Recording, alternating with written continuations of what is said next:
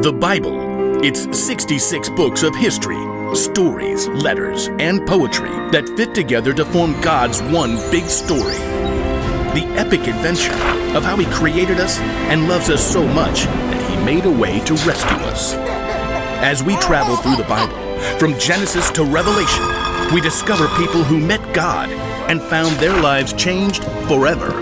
Now, for an amazing story, inspired by the book of Exodus, chapter 17, verses 8 through 13. God had freed the Israelites from slavery in Egypt and led them into the desert.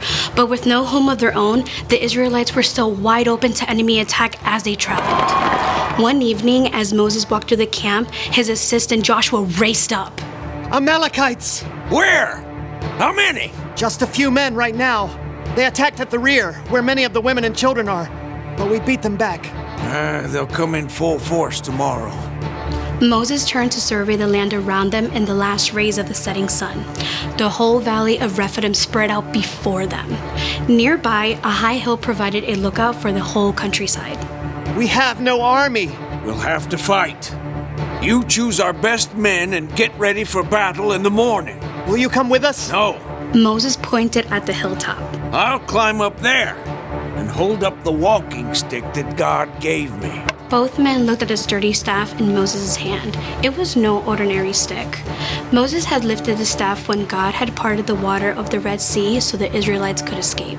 Yes, sir. I'll call the men. In the great chill before dawn, Joshua and his group of inexperienced fighters prepared for battle against the Amalekites. I've never held a sword. God has saved us many times. He can do it again.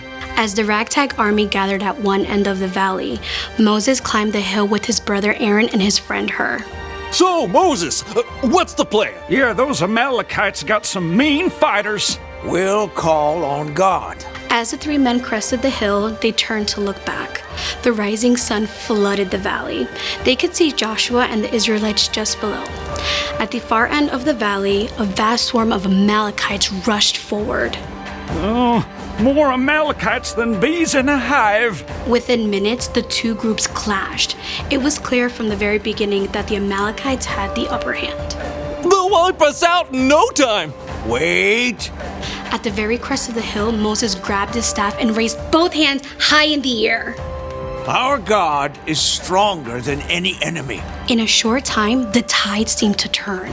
Well, what do you know? Joshua's pushing them back. The Israelites steadily beat back the Amalekite army. But as the sun rose and the heat increased, Moses' arms grew tired.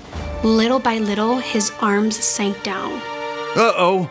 The Amalekites have busted through our line right there. We were doing so well. God, help us. With an effort, Moses lifted his hands high again. Joshua had formed a strong band of fighters, and once again, the Israelites surged forward. Moses lowered his arms to stretch. Ah, my back! What just happened? Joshua had them. Moses stepped forward to see, raising his hands high again. Aaron turned to stare at his brother. It's your hands. When your hands are raised up toward God, we're winning. Yeah, and when you drop them, those fool Amalekites start to win. Yes, but I can't do this all day. Moses' arms began to shake. Hold it one more minute. I got a rock-solid plan. Aaron? Together, Aaron and Hur rolled a huge stone to the place where Moses stood. Now, you set yourself right down, Mo.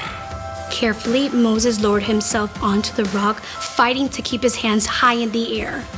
My arms! We got it, brother. Aaron and Hur each stood on one side of Moses and held up a hand. Phew!